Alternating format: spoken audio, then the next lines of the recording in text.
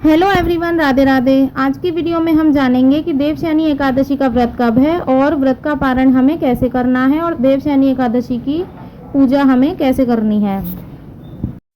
तो देखिए, देवशयनी एकादशी बहुत बड़ी एकादशी मानी जाती है और इस दिन श्री हरि भगवान विष्णु योग निद्रा में चले जाते हैं, यानी 4 महीने शयन मुद्रा में चले जाते हैं और कार्तिक महीने की शुक्ल पक्ष की एकादशी को जागते हैं और इन 4 महीनों को चातुर्मास भी कहा जाता है और सभी जो मंगल कार्य होते हैं वो बंद हो जाते हैं। तो देवशयनी एकादशी का व्रत कैसे करते हैं, तो चलिए जान लेते हैं।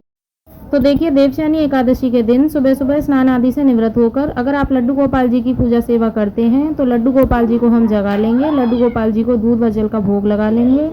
उसके बाद हम लड्डू गोपाल जी को स्नान कराएंगे। जिस बर्तन में आप लड्डू गोपाल जी को स्नान कराते हैं उस बर्तन में आप स्वास्तिक बना लेंगे। उसके बाद हम लड्डू गोपाल जी को उस बर्तन में विराजमान कर लेंगे। तो सबसे पहले हम लड्डू गोपाल जी को जल से स्नान कराएंगे। आप चाहें तो पंचामृत से भी स्नान करा सकते हैं। फिर उसके बाद मैं कच्चे दूध से स्नान कराऊंगी।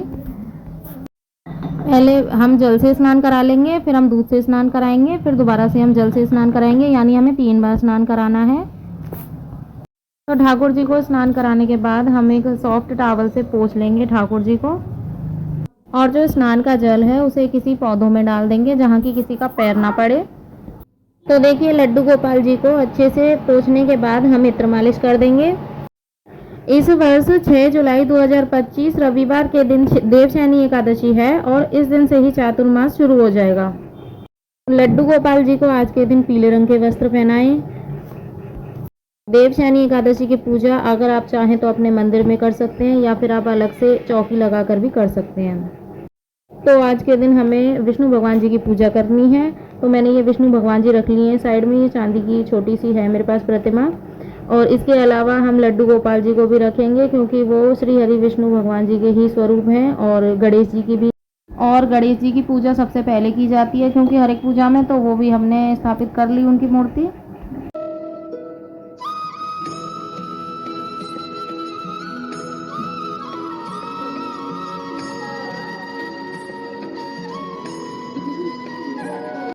तो देखिए, हम यहाँ पर धूप दीप प्रज्वलित कर लेंगे। तो हम देसी घी का यूज़ करेंगे दिया जलाने के लिए। आप तिल के तेल का भी कर सकते हैं। गणेश जी और विष्णु भगवान जी की प्रतिमा को भी हमने स्नान करवा दिया था।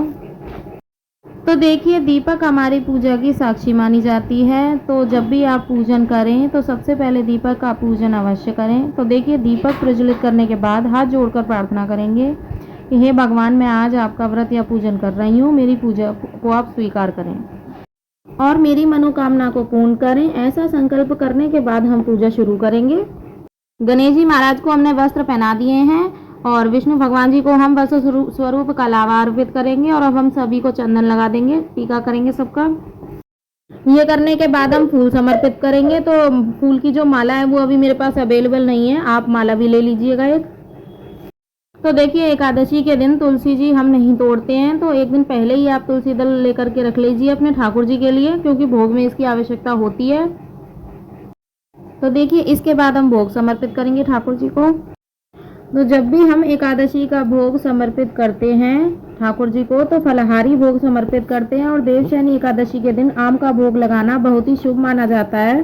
तो आम का भोग या किसी भी मौसमी फल का भोग आप लगा सकते हैं, और भगवान श्री हरि विष्णु को आप तुलसी जी जरूर समर्पित करें।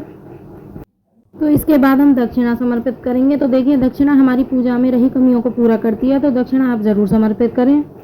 तो अब हम 1 लोटा जल ले लेंगे और ये देवशयनी एकादशी की कथा पढ़ेंगे। तो उसके लिए हमने हाथ में थोड़े से तिल ले लिए हैं, और देवशयनी व्रत कथा पढ़ने के लिए आप एकादशी का जो पुस्तक होती है वो ले सकते हैं, उसमें से पढ़ सकते हैं, या फिर आप मोबाइल से भी सुन सकते हैं। अगर आपके पास पुस्तक नहीं है तो मोबाइल में भी उपलब्ध होती है।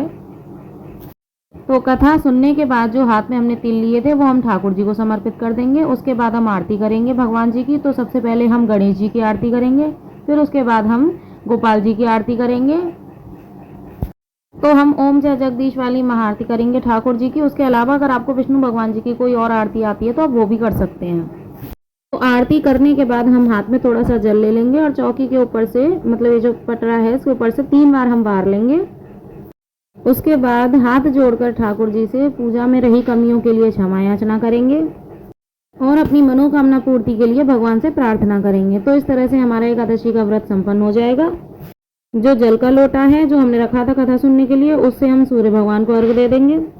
जो भोग सामग्री हमने ठाकुर जी को अर्पित की थी वो हम सभी परिवार में सभी सदस्यों में प्रसाद रूपी बांट लेंगे। और जो ये दक्षिणा है वो आप द्वादशी के दिन जो आप दान करेंगे तो उसमें आप ये रख देना। और इसी तरह से इस चौकी पर शाम को भी दीपक जलाना है और आरती करनी है। तो इस तरह से हमें एकादशी का पूजन करना है। अब जान लेते हैं हम एकादशी का पारण का टाइम। तो एकादशी का व्रत हम 6 जुलाई रविवार को रखेंगे। 7 जुलाई सोमवार को इसका पारण है। सुबह 5:29 से लेकर सुबह 8:16 तक पारण का समय मैंने आपको बता दिया है। उस समय आप पारण कर लीजिएगा। तो देखिए, जब भी आप एकादशी के व्रत का पारण करें तो एक मनुष्य का खाने का पेट भर का भोजन का दान आप जरूर करें। तो सूखा या बनाकर किसी भी तरीके से आप दान कर सकते हैं। पहले आप दान करें, उसके बाद आप व्रत का पारण करें। तो यह थी देवशयनी एकादशी की बहुत ही सरल पूजा विधि। तो फिर मिलते हैं किसी नेक्स्ट वीडियो में। तब तक के लिए राधे राधे, हरे कृष्णा।